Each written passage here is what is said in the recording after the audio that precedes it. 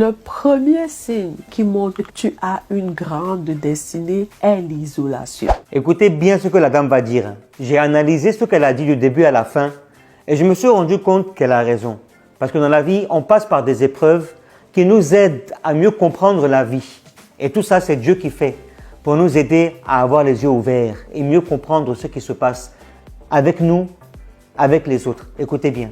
Dieu va t'isoler pour te préparer. Dieu va enlever tout ce qui n'est pas bon autour de toi pour te former. Il ne faut pas confondre isolation et rejet. Les personnes ayant une grande destinée ne sont pas rejetées. Si par exemple, dans ton cercle proche, tu as des gens autour de toi qui ne sont pas bons pour toi, qui vont te détourner du plan de Dieu pour ta vie, laisse-moi te dire que Dieu va se charger personnellement de t'isoler. Dieu va éloigner toutes ces personnes autour de toi. Et pendant ce moment d'isolation, c'est un moment pour toi de préparation. C'est pas un moment de pleurer ou bien tu ne comprends pas ta situation. Non. C'est parce que Dieu voit que les gens autour de toi vont plutôt t'abaisser, mais ne vont pas t'élever. Et crois-moi, le Dieu qu'on invoque là, il va tous éloigner ces personnes de toi. Tu vois, tu as une amie, tout à coup, elle arrête de t'appeler. Tu as un fiancé, tout à coup, il rompt les fiançailles. Tu ne comprends pas, tu te plains, pourquoi il m'a rejeté. Tu dis des mots qui sont pas corrects. Non, c'est parce que Dieu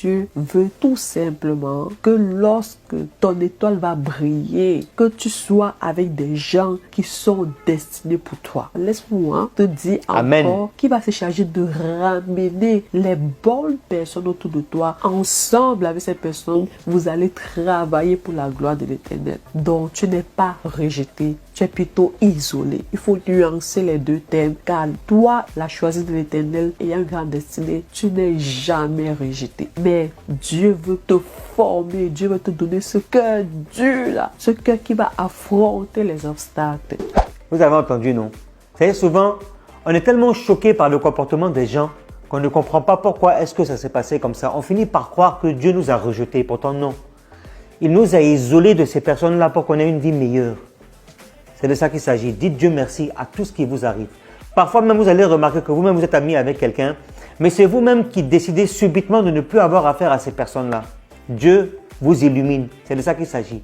Donc, tout ce qui se passe dans votre vie là, dites Dieu merci, parce que vous ne savez pas de quoi est fait ce changement-là. Demain là, qu'est-ce qu'il vous réserve? Vous ne savez pas. Donc, c'est important. On va maintenant pour le deuxième. Le deuxième signe que nous allons aborder dans cette vidéo est un cœur aidant. Quel genre de cœur tu as? Est-ce que tu es du genre à te soucier de ton prochain? Est-ce que tu es du genre à prendre le problème de ton frère ou de ta soeur comme ton problème? Est-ce que tu es du genre à gêner, à prier, à intercéder pour les membres de ta communauté? Si tu as ce cœur aidant, ça veut dire que tu as une grande destinée. Il y en a sur cette terre, tellement ils aiment aider qu'ils travaillent dur pour soutenir les membres de leur famille. Il y en a même que le salaire à la fin du mois leur suffise largement, mais à cause qu'il se soucie des gens qui sont en arrière de lui, à cause qu'il se soucie de sa communauté, à cause qu'il se soucie de ses parents, il travaille doublement, durement pour soutenir ceux qui en ont besoin. Il y en a qui jeûnent même, qui prient même, qui supplie même Dieu pour le problème d'une personne. Si tu as ce genre de cœur-là, je vais juste t'encourager à continuer à le faire, à continuer à travailler pour les gens. Sache que chaque bonne action que tu poses aura des récompenses demain. Ne te soucie pas que peut-être tu fais des choses, tu ne reçois pas en retour. Non, c'est Dieu seul qui va te récompenser. Effectivement, hein? Parce que souvent même on est là, il y a d'autres même qui sont là, hein? Ils vont aider les personnes qui en ont besoin, mais en même temps, ils vont se dire, ah, on ne sait jamais, peut-être que demain mon rôle là pourra m'aider. Déjà, il le fait pour avoir quelque chose en retour. Et ça là, Dieu même n'accepte même pas même. Dieu là, il n'accepte pas. Le seul moyen qui va faire que Dieu va accepter le bien que tu fais, c'est que tu le fasses sans prétention et sans attendre quelque chose de la personne même concernée. C'est de ça qu'il s'agit. Allons seulement.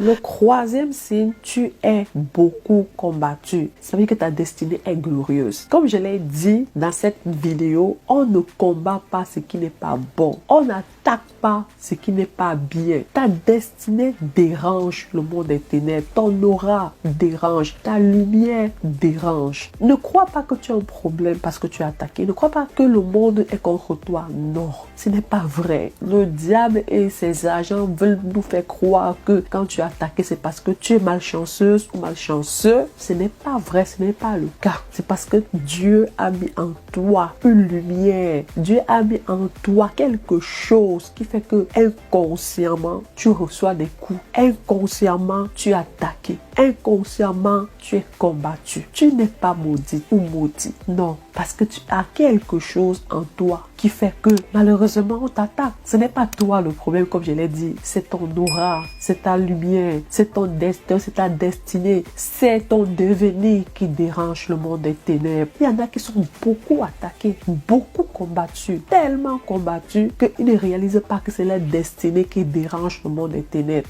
Et comme je l'avais dit, relève-toi. Si tu vis cette situation-là, si tu pleurais, arrête de pleurer et relève-toi et utilise les armes efficaces qui vont te permettre de te sortir de là, qui vont te permettre de sortir ta destinée de là. Et si tu ne te lèves pas, personne ne le fera à ta place. Si tu ne te lèves pas pour dire que assez c'est assez, personne ne le fera à ta place. Tu as une grande destinée. Et parfois, le Seigneur laisse faire ses attaques parce qu'il veut te forger. Le Seigneur ne prend pas n'importe qui. Tu vas pleurer, tu es au Seigneur, mais le Seigneur est là. Sache qu'il a mis en toi l'autorité qu'il faut. Il a mis en toi la force qu'il faut pour surmonter tous les obstacles, toutes les adversités qui se tiennent dans ton chemin. Vraiment.